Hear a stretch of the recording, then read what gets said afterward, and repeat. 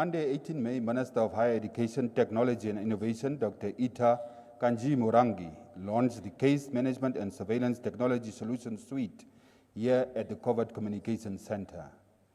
This is part of the mandate of the High-Level Research Coordination Task Force on COVID-19, referred to as the HILREC Task Force, established in April. To talk to us more about the Case Management and Surveillance Suite, I'm now joined by an esteemed panel.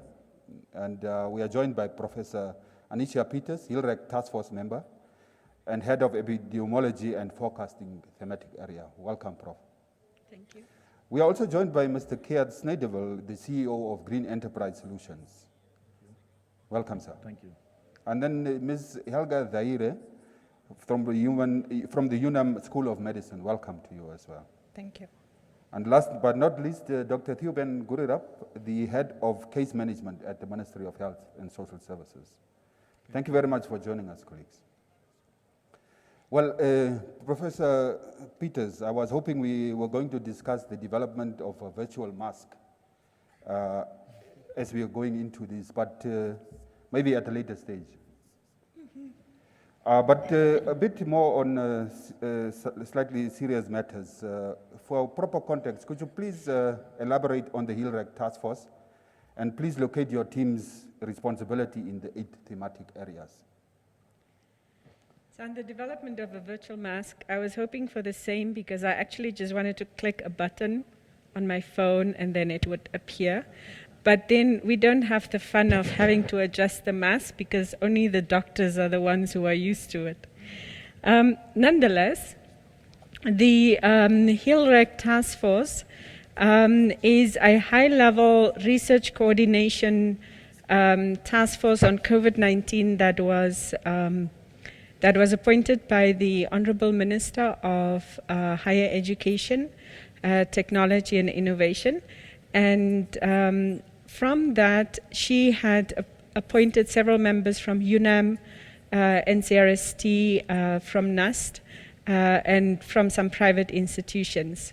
We then all got together and we defined further several different thematic areas under that of what we want to do. And from those thematic areas, one of them was then epidemiology and forecasting. And as it lends itself to having quite a lot of IT solutions that one could do, in order to fight the pandemic, that is then how I had volunteered to lead that one, because each one of those thematic areas is led by a task force member. I have then assembled a team, with different sort of sub-projects from UNAM, NUST, as well as several other organizations. And that is how that came about. Mm-hmm. But you are also not involved in the thematic area number 8, which is solutions, innovative solutions in addressing COVID-19.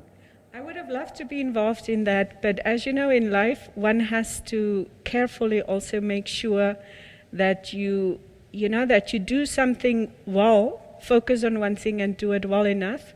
That team is developing the masks, they're developing sanitizers, that's the type of products that they are developing. And so therefore they have a very capable team as well from the 2 institutions who's doing that. Mm-hmm. Before we continue with our discussion involving all the other panelists, we will be going to an insert explaining to us what exactly the video app is about. As Namibia's healthcare system prepares for a surge of COVID-19 cases, a transformation of the delivery system has become necessary. This can be achieved by the use of digital technology systems to upscale service delivery. To address these challenges, Case Management and Surveillance Suite under the High-Level Research Coordination Task Force has been developed. I'm hereby to demonstrate different solutions in a short video.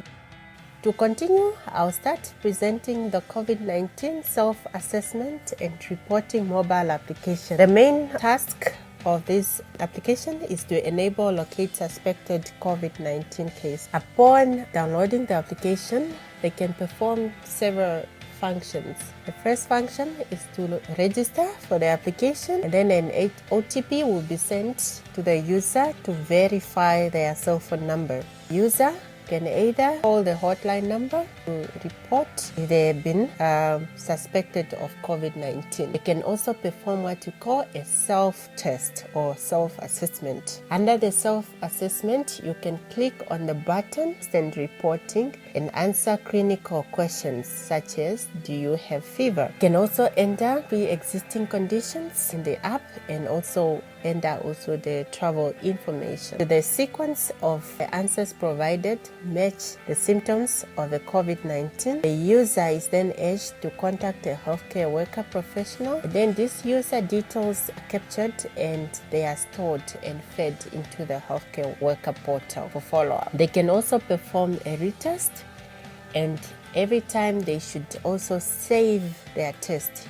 by using their names. To continue, the other application is the patient diary, which is targeted for the people who have been placed under observation or quarantine for the period of 14 days by the Ministry of Health and Social Services on suspicion of being exposed to the novel coronavirus. Also, this application can also be used by healthcare workers who observe those individuals. The predefined clinical questions on a daily basis, either 2 times a day or 3 times a day, depending on the healthcare workers and on the needs that's required. They can also add comments. On the patient diary, you can also find the guidelines of how to self-quarantine and other information. You can also find information from the WHO, links to the Ministry of Health website.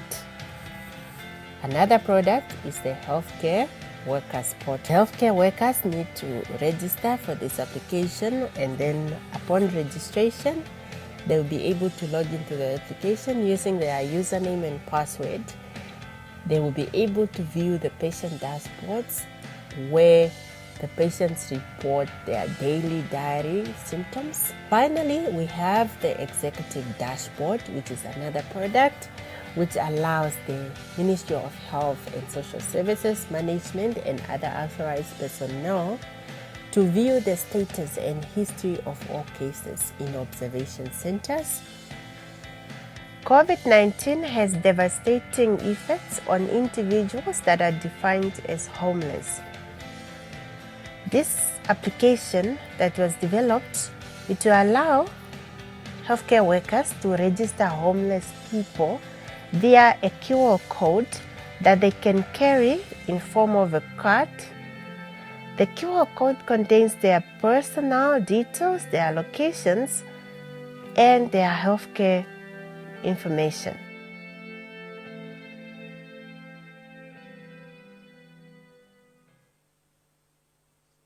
Welcome back to this discussion on the health app that is being rolled out today.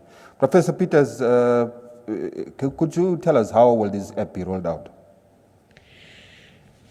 Well, since it consists out of different sort of apps for different users intended, for the general public, the apps are already appearing on the Ministry of Health and Social Services website.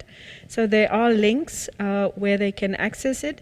It will also be on the Google Play and on the App Store. So that is for the general public. It will also be on the COVID-19 website. The patient diary app, that is for people who are in quarantine, who had been placed by the Ministry of Health in quarantine. So they can also download the app same way from the websites, as I mentioned, or from the Google Play Store, etc. However, they can only use it once they actually get a code from the health workers to register on that app. That is only when they can use it. The health worker portal and the executive dashboards, that is then installed at the Ministry of Health. It will be installed at the various nurses' stations. It will also be installed at the various health facilities and quarantine facilities. The Homeless Persons app is only meant for health workers. It is not meant for the general public, and therefore only they will have access to it to be able to use it. All of the data collected goes then into the back end, into the databases that is maintained and managed by the Ministry of Health. They do have existing databases as well, where the data will then be integrated along with their other data. Yeah, this is of course referred to as a suite. It's a bouquet of apps, basically. And can you break it down a little bit more? Yes. So the first one in it is, it's almost, imagine that this is like a workflow, right? So a person is experiencing some symptoms, downloads the self-report app. That one is intended for self-evaluation or self-test. Then you go through a series of questions, and then it will either give you a, your low risk, so just have a rest at home and take care of yourself. Or it will indicate to you your medium risk, so it will say, okay, call the hotline, and we've made available that you can call the hotline, from either, you can send a text message, you can send a WhatsApp, or you can call them directly. Then the third one is a high-risk person. And then that person must call, of course, the hotline, but will then also be contacted by a health worker. Remember that this data that it generates goes to the Ministry of Health. But those high-risk profiles will, of course, be flagged. The second step is then, okay, so now you're suspected of having it, you have to go for testing, but then possibly because you're a suspected case, you will be placed into quarantine. The next app in that they will be using is they will register you with a daily diary app.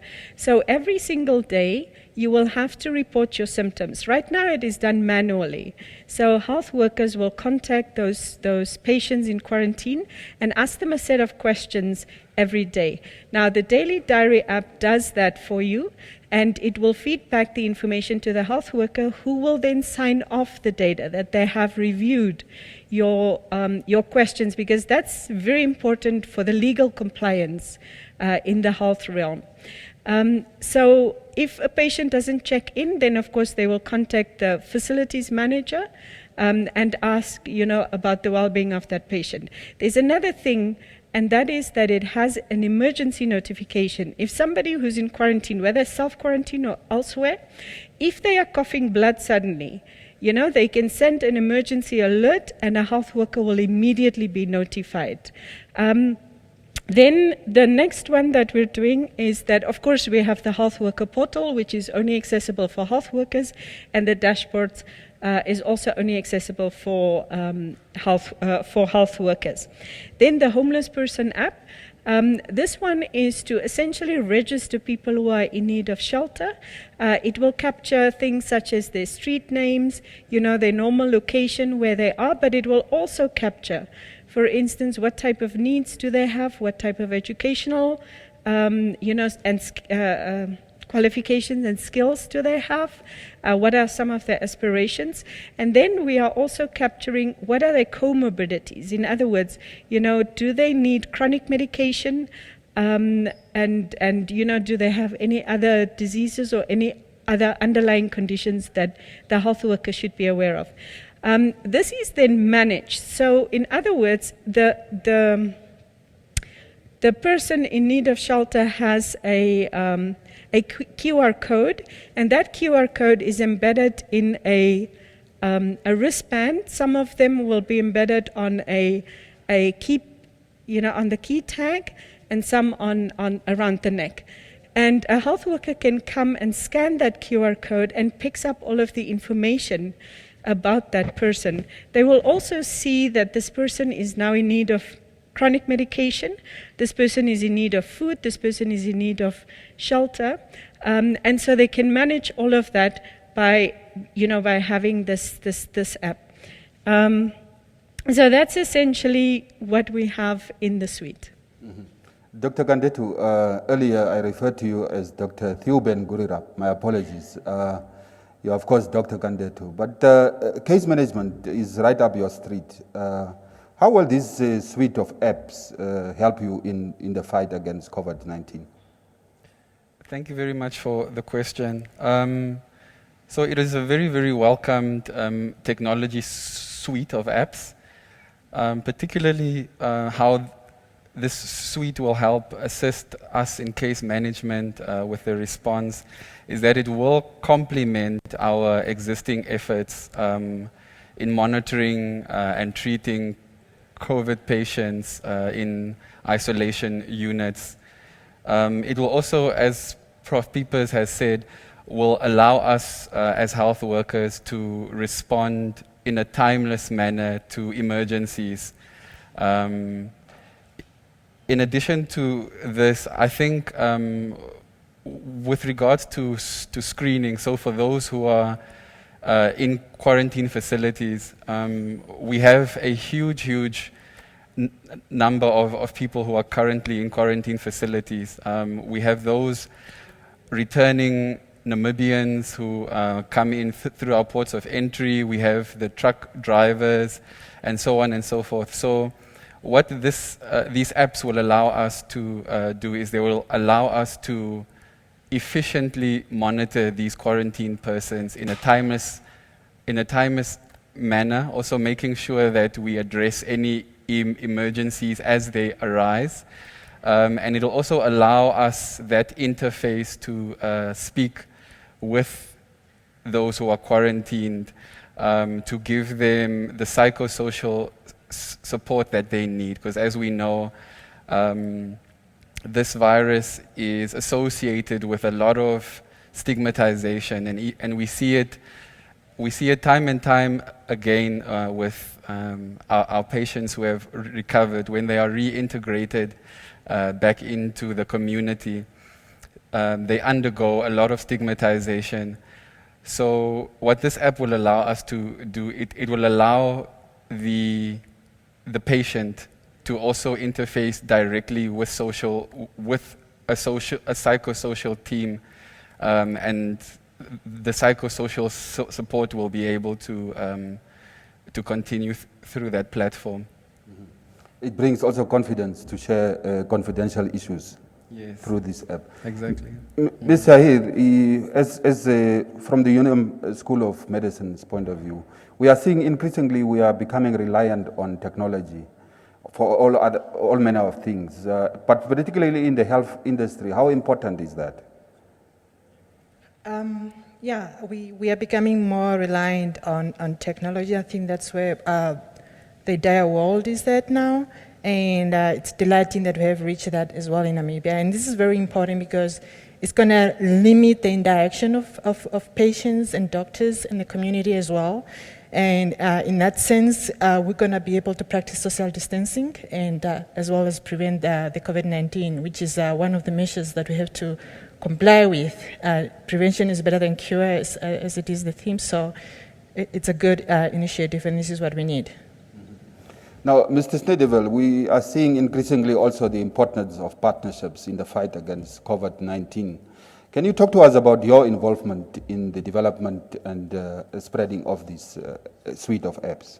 Sure. Firstly, thank you very much for the question, and I also want to say a special thanks to Prof. Peters, who made us part of the project, and because it's important for us to obviously give back to the community.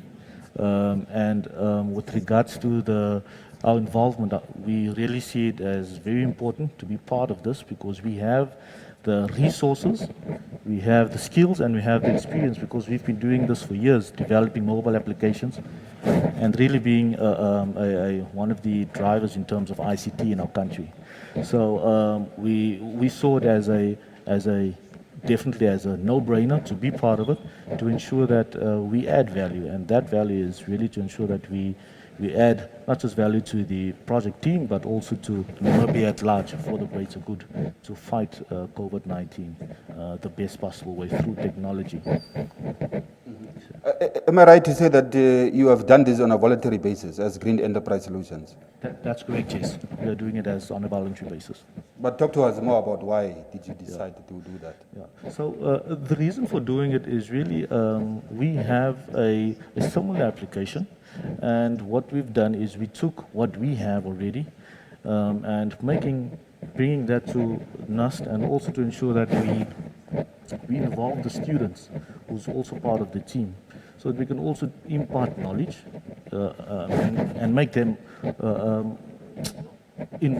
make them part of the entire project, to also, like I said before, to ensure that we impart the knowledge, equip them so that they can obviously take this further as well. So it's almost like building the necessary foundation so they can build on top of it.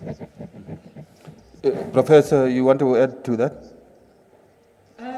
Well, you know, it was quite a welcome call that I received from Green Enterprise Solutions, because we have some other applications that are also being developed, and they were actually involved in our AI development, which is also for COVID-19.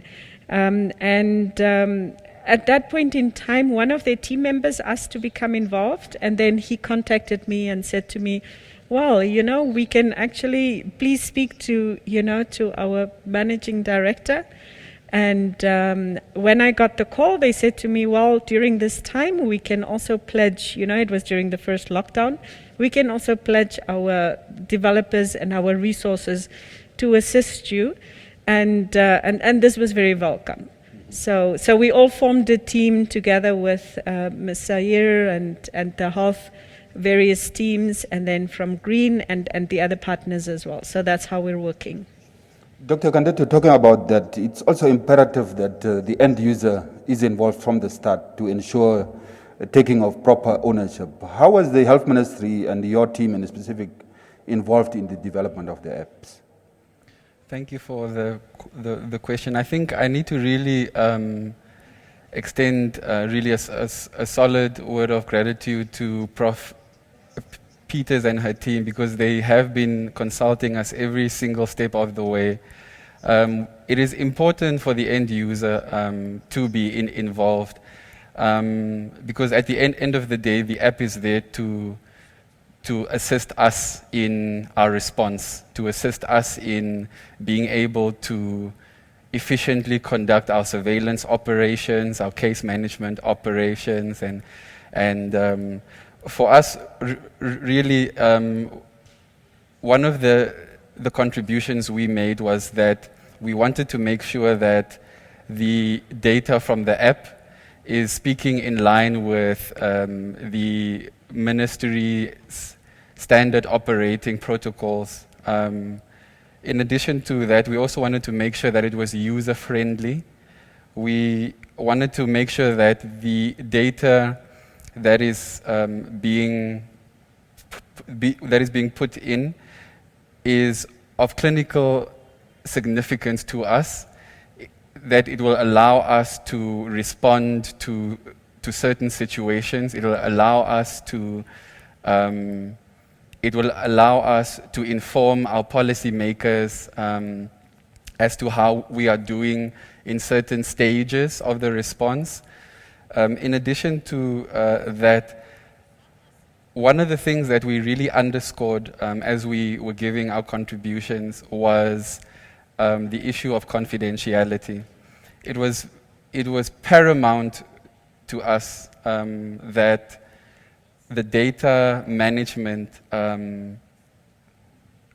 was done in a way not to contravene confidentiality. And I think the end result speaks to that. So the team really did a wonderful job. Mm-hmm. Yeah, as you say, the sharing of health information is critical, and it's a very sensitive matter. But how, and I would invite everyone on the panel to tell us, how are we guaranteeing the public that wants to use this app that their information will be kept very confidential? So if I can maybe just add to that, we've ensured that from a development perspective that we have the necessary encryption in place, so the data cannot be seen by anyone else, and also the necessary privileges. So it's only the Ministry of Health who's got access to the data, and this, from a mobile application perspective, that data feeds into the case management. So anyone with the relevant details to view the data actually have access to that data. So it's only the Ministry of Health who's got the necessary permission to view the data. Professor Peters, from a cyber security point of view? Well, I wanted to speak about the data management as well. This is why it was important for us to hand over. So the handover ceremony was very important because we are actually transferring everything to the Ministry of Health. And the Ministry of Health IT is also present here today. They have already received it. For instance, they have created their own Google Play Store accounts, their Apple App Store accounts, and it's published there. So we don't have any third-party access. This is important because we were asked this by the health teams to explain how all of this is being handled, and the health IT team had to also come in there. As far as cybersecurity is concerned, recall that because this is health falls under the government, and therefore it also falls under the Office of the Prime Minister, who is responsible also for systems, who is responsible for security of those systems. And so that's where the firewalls are. That is essentially where the data will be residing. On cybersecurity, what I can say is that as you might be aware, NAST has a very robust program on cybersecurity, digital forensics, information security. We even have certified ethical hackers.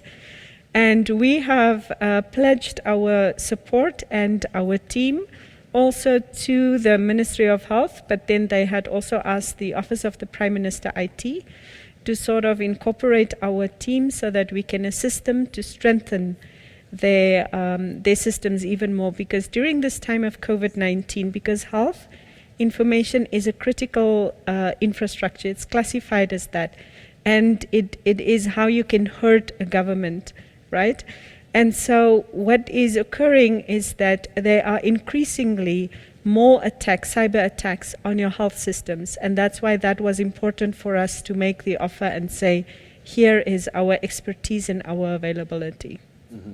And Ms. Zaidre, from UNAM's point of view, where do we locate this in terms of your involvement there in cybersecurity and making sure data is protected? If I get you well, I'm part of the HealthRec Task Force under this theme that we are talking about today, but under the leadership of Prof. Peters, currently from NAST at the moment. And she's the expert on the IT. I'm an epidemiologist, so we are working together. And in addition to what they have just talked about, we are also observing the ethical review bodies, the necessary ones, and we are in discussions with them as well.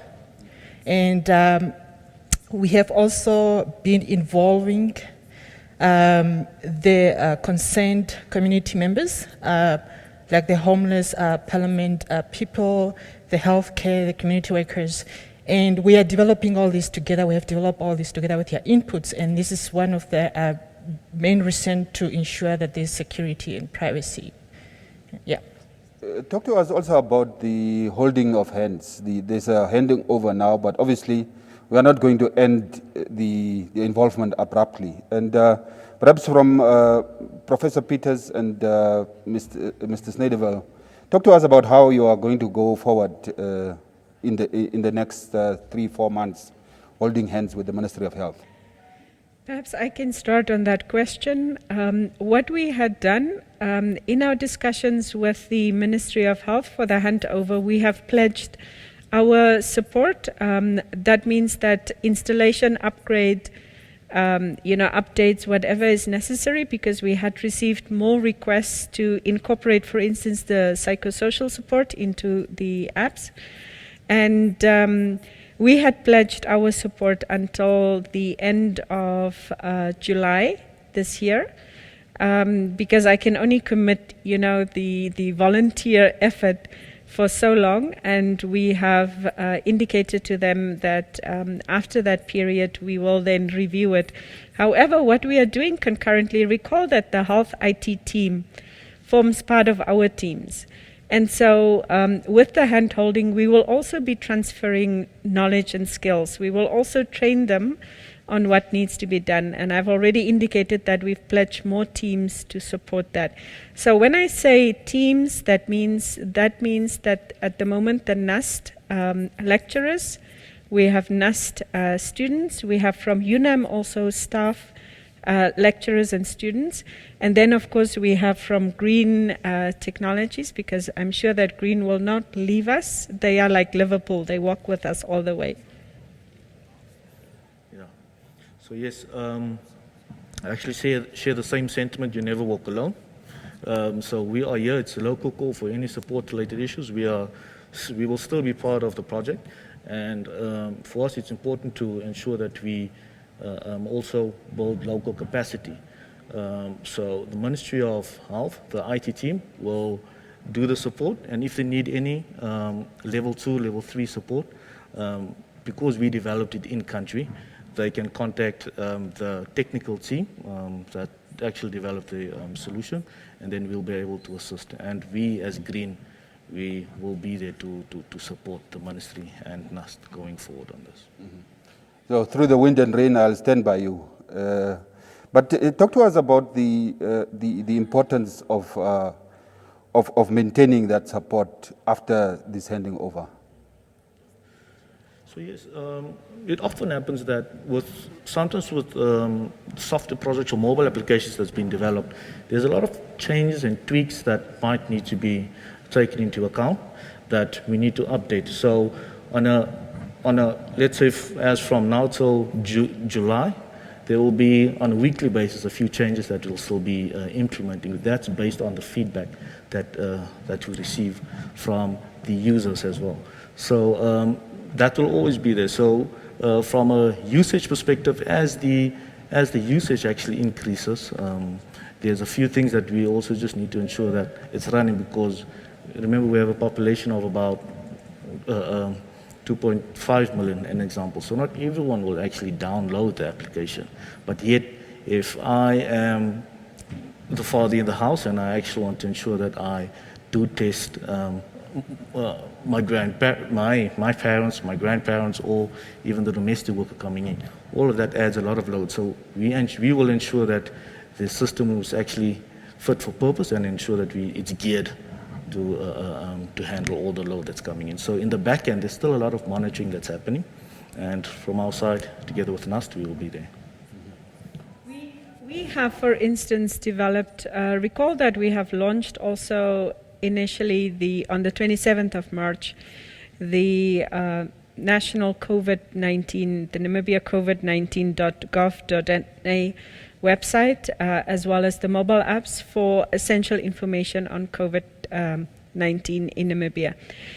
That is still maintained, for instance, at NUST, with NUST staff and NUST students. And again, as I say, quite often in the information technology world, people love to contribute because they love what they're doing. So that's sometimes why we do it, right? Our virtual mask that we want to develop, right? With that, we have to, of course, have a discussion at one or other stage with the Office of the Prime Minister, even with those websites, and with the Health IT to say, right, the baby has now grown, and the baby is actually walking. It's a toddler. So here it is now. Now you can take it further.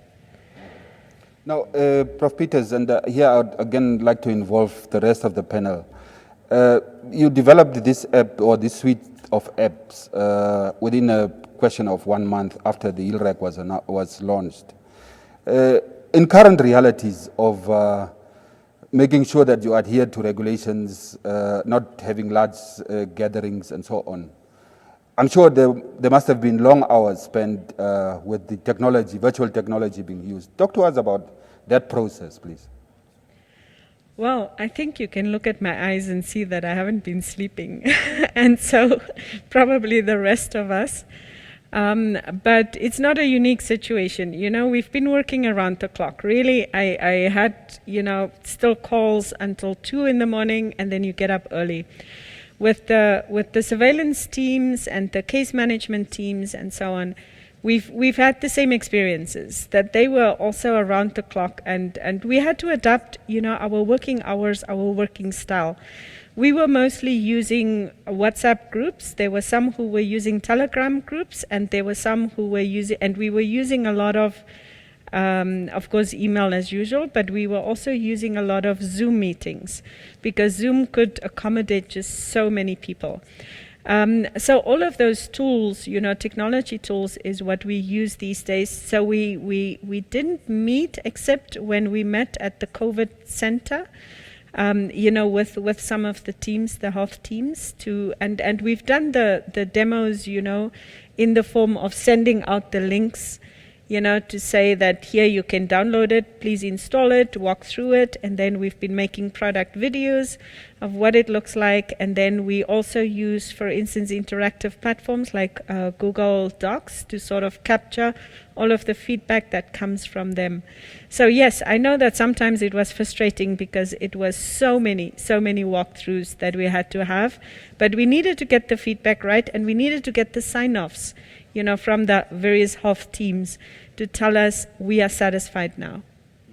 Dr. Kandetu, it must have been also very challenging with you, specifically in this time of COVID-19 where you received so many inquiries. Yes, no, I won't lie. It was a challenge, but I think the support that we received from NUST and the various stakeholders who worked on this app was very, very rewarding. As Prof. Peters has mentioned, we had to sort of work through and navigate through our respective schedules. So it was a lot of Zoom meetings after hours and on weekends, and but I think we ultimately got the job done. Ms. Zaire, your experience, especially if you know the end result is for the good of the nation. Come again? Your experience in terms of your involvement in this development. It's for me. It's been exciting. I'm a public health scientist, so I was pretty excited when I was called in for the HERWEC task force to be involved, and for me it was like a matter of I have to help the community. I have to do something for the country, and as well as I think if we all add collective efforts, that's what will help in preventing this condition, and it's been exciting despite the sleepless nights. Yeah. Mr. Snydeville, your involvement, it must be a balance, a very tight balance between running a business and doing this voluntary work. Oh, yes, definitely. We had a couple of our team members involved. Mostly our software developers, our UX designers, as well as our business analysts who obviously mapped out everything to ensure that we can deliver together with the students a successful product, and of which we're really proud of doing. And being in the technology space, it was quite an eye-opener how reliant we really are on technology, because there's a lot of Zoom meetings. I mean, we hardly met the team. Now and then you'll see a photo, a video, or on the WhatsApp groups, the status, oh, so this is this person. So it was very, and I have to say it was very engaging as well. So we enjoyed it a lot because it's really, we eat, sleep, and breathe ICT. And we basically delivered a successful product at the end of the day. Obviously, COVID-19 has taught us a number of lessons, and it will continue teaching us a number of truths. But going forward, what are the lessons that you have learned from the development of these particular apps? So most importantly is that we have the skills in country. That's important for us, and we can do it. We just need to put a plan together and run with it. And it's so evident through this that we are well equipped, And for us, it's important to learn. I mean, let's, if you can use those words, let's fail forward. I mean, we are in the fourth industrial revolution, of which technology is actually redefining the new norm. And that's what we've learned with COVID. I mean, life after COVID will most probably never be the same. And that's where we actually want to add value as technologists, as green enterprise solutions to our country locally. Prof. Peters, I saw you shaking your head in agreement. Yes, because it's something that I'm very passionate about. We do have the skills in country. You know, if we don't have the skills, then yes, we can, get somebody to come and teach us those skills. And we have more exciting things that are happening under the ILREC in this particular group. As I said, we have some AI solutions. We have the data modeling and forecasting that's ongoing. But most of all, what I've realized is the value of all of us working together. Look, we're different institutions. I mean, she's from UNAM, you know what I mean? And we just all came together because, this is for a national purpose. It was also amazing to me just how fast we could navigate through the protocols. Usually we have the bureaucracies that holds us back. But within that time, everybody sort of came together. We didn't break any of the protocols. We still followed the lines that we needed to follow. But it was just that it was amazing, the speed. People were working over weekends. I mean, the ministers would give you feedback, on a Sunday morning, for instance. Usually they would wait until the Monday. So for me, it was very exciting during this time. Ms. Sahir, from a public health perspective, I think you would be very well pleased with how technology is being used, and what can we take forward in the future? Wow. I think technology impact into ensuring health is quite important, and I think it should be the new norm because we are dealing with a lot of infectious diseases, and in order to prevent them, which will prevent a lot of burden on healthcare cost, technology will be the solution there.